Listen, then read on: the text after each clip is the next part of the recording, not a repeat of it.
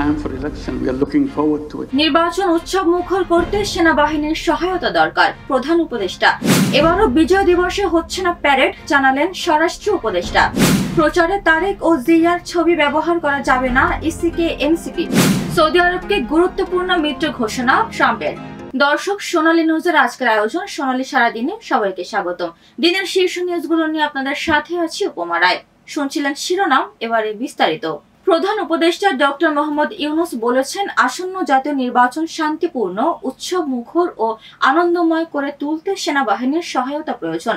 বুধবার দুপুরে Mirpur সেনানিবাসের defence service command ও staff college অডিটোরিয়ামে আয়োজিত কোর্স 2025 গ্রাজুয়েশন সনদ বিতরণ অনুষ্ঠানে প্রধান অতিথি হিসেবে যোগ দিয়ে তিনি কথা বলেন। অনুষ্ঠানে বাংলাদেশ সহ 24টি দেশের সামরিক বাহিনীর তরুণ অফিসারদের মধ্যে সনদ তুলে দেন প্রধান উপদেষ্টা।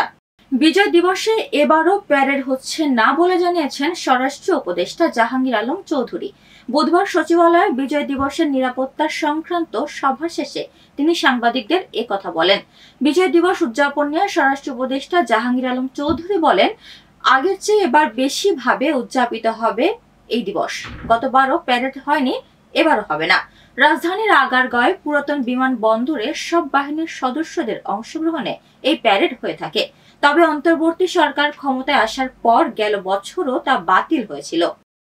নির্বাচনী প্রচারে দলীয় প্রধানের পরিবর্তে তারেক রহমান বা শহীদ প্রেসিডেন্ট জিয়াউর রহমানের ছবি ব্যবহার করলে নির্বাচন কমিশনকে ব্যবস্থা নিতে বলল জাতীয় নাগরিক পার্টি এনসিপি। বুধবার নির্বাচন ভবনে ইসি আয়োজিত সংলাপে বসে দলটির নেতারা এমন সুপারিশ করেন। এনসিপির যুগ্ম সদস্য সচিব জহিরুল ইসলাম মুসা বলেন, দলীয় প্রধানের ছবি ছাড়া অন্য কারো ছবি না রাখতে পারার বিধান রাখায় স্বাগত জানাই। এখন খালেদা জিয়া হচ্ছেন বিএনপির প্রধান। তারেক রহমানের বা শহীদ প্রেসিডেন্ট জিয়াউর রহমানের ছবি কেউ ব্যবহার করলে এই বিধি ব্যবহার করে ব্যবস্থা নিতে হবে। তখন এই কমিশনের সক্ষমতা আমরা দেখতে পারবো। ত্রয়োদশ জাতীয় সংসদ নির্বাচনে লটারির মাধ্যমে জেলা প্রশাসক, পুলিশ সুপার ও ওসি বদলির দাবি জানিয়েছে জামায়াতে ইসলামী। দলটি বলেছে, তফসিল ঘোষণার পর প্রশাসনের সক্ষমতা নির্বাচন কমিশনের হাতে আছে। প্রশাসনের রদবদল করে তারা। সবচেয়ে নিরপেক্ষ এবং আস্থা রাখার মতো একটা উপায় হলো যে লটারির মাধ্যমে বদলি করে দেওয়া। যার যেখানে তকদির আছে সে চলে যাবে, এটাতে কোনো প্রশ্ন থাকে না। বুধবার রাজধানীর আগারগাঁওয়ে নির্বাচন ভবনের সম্মেলন কক্ষে ইসির সঙ্গে রাজনৈতিক দলগুলোর চতুর্থ দিনের সংলাপে এসব কথা বলেন জামায়াতে ইসলামের সেক্রেটারি জেনারেল অধ্যাপক মিয়া গোলাম পারওয়ার। স্মার্টফোন ও গ্যাজেট ব্যবসায়ীদের সংগঠন বিজনেস কমিউনিটি বাংলাদেশ সারা দেশে মোবাইল ফোন বিক্রির দোকান বন্ধ রাখার ঘোষণা দিয়েছে। বুধবার ঢাকা রিপোর্টার্স ইউনিটে আয়োজিত এক সংবাদ সম্মেলনে এ সিদ্ধান্ত জানানো হয়। সংবাদ সম্মেলনে বক্তারা জানান, সুমাস থেকে প্রধান নির্বাহী আবু সাইদ পিয়াসকে গোয়েন্দা পুলিশ তুলে নেওয়ার প্রতিবাদেই তাদের এই কর্মসূচি। বক্তারা বলেন, অ্যাসোসিয়েশনের সেক্রেটারি পিয়াসকে আজকের মধ্যে মুক্তি না দিলে তারা সারা দেশে কঠোর আন্দোলনে নামবেন। একই সঙ্গে তারা দেশ অচল করে দেওয়ার হুমকিও দেন।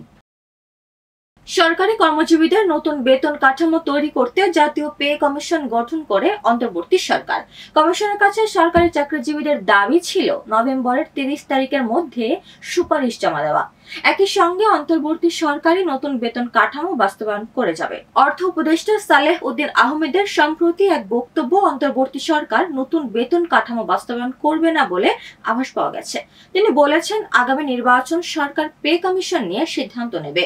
অর্থ উপদেষ্টার এই বক্তব্যের পরে কর্মচারীদের মধ্যে অসন্তোষ দেখা দিয়েছে। সরকারি চাকরিজীবীরা জানিয়েছেন, নভেম্বরের 30 তারিখের মধ্যে পে কমিশনের সুপারিশ জমা না পড়লে তারা কমিশনের উপর চাপ বৃদ্ধি করবে। পাশাপাশি বৃহত্তর কর্মসূচি গ্রহণেরও ইঙ্গিত দিয়েছেন তারা। দর্শক, এবারে আন্তর্জাতিক। মার্কিন প্রেসিডেন্ট ডোনাল্ড ট্রাম্প সৌদি আরবকে পশ্চিমা সামরিক জোট ন্যাটোর বাইরে যুক্তরাষ্ট্রের গুরুত্বপূর্ণ মিত্রদের একজন হিসেবে আনুষ্ঠানিকভাবে ঘোষণা করেছেন। মঙ্গলবার হোয়াইট হাউসে সৌদি যুবরাজ মুহাম্মদ বিন সালমানের সম্মানে নৈশভোজে অতিথিদের সামনে তিনি এই ঘোষণা দেন।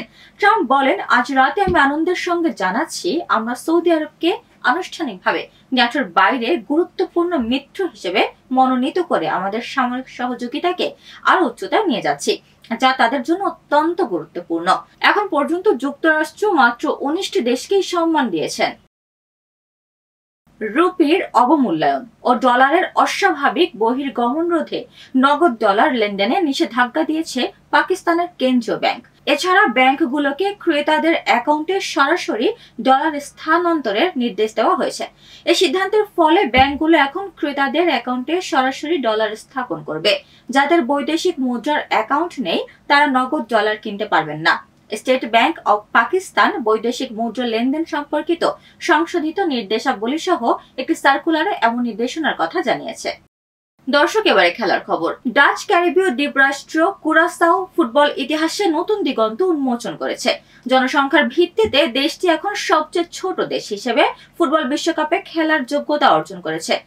কনকাকাফ বাছাইয়ের শেষ ম্যাচে জামাইকার সঙ্গে গোলশূন্য ড্র নিশ্চিত করে এই ইতিহাস গড়ে কুরাসাও। পুরো বাছাই পর্বেই অপরাজিত ছিল দলটি। 12 পয়েন্ট নিয়ে গ্রুপ বি এর শীর্ষে থেকে তারা পানামা ও হাইতির সঙ্গে কাতার বিশ্বকাপের টিকিট নিশ্চিত করেছে। জামাইকার বিপক্ষে গুরুত্বপূর্ণ ম্যাচটিতে ছিলেন না দলের প্রধান কোচ ডিক অ্যাডভোকাট।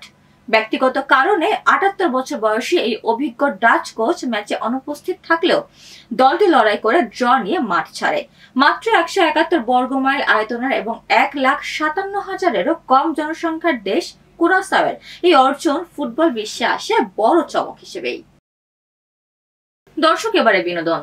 মিস ইউনিভার্সের 74তম আসরের জমকালো গ্র্যান্ড ফাইনাল অনুষ্ঠিত হবে আগামী 21 নভেম্বর থাইল্যান্ডের কেন্দ্রীয় শহর পাকক্রেটে। বিশ্বের মর্যাদাপূর্ণ এই সুন্দরী প্রতিযোগিতায় 121 দেশের প্রতিযোগী অংশগ্রহণ করছেন। এর মধ্যেই সব প্রতিযোগীকে নিয়ে নানা ধরনের কার্যক্রমের বাছাই প্রক্রিয়া শুরু করেছে আয়োজক কর্তৃপক্ষ। এই আসরে বাংলাদেশ থেকে প্রতিনিধিত্ব করছেন মডেল ও অভিনেত্রী তানজিয়া জামান মিথিলা। শুরু হয়েছে বিভিন্ন বিভাগে ভোটিং কার্যক্রম। মিথিলা বিশ্বের সামনে দেশের সংস্কৃতি ও ঐতিহ্য তুলে ধরার জন্য বেছে নিয়েছেন বাংলাদেশের অন্যতম শ্রেষ্ঠ শিল্পী জামদানি শাড়ি। তার জাতীয় পোশাকটি দেশের রাজকীয় ঐতিহ্য তুলে ধরেছে। দর্শক, আজ পর্যন্ত সোনালী নিউজের সাথে থাকার জন্য ধন্যবাদ।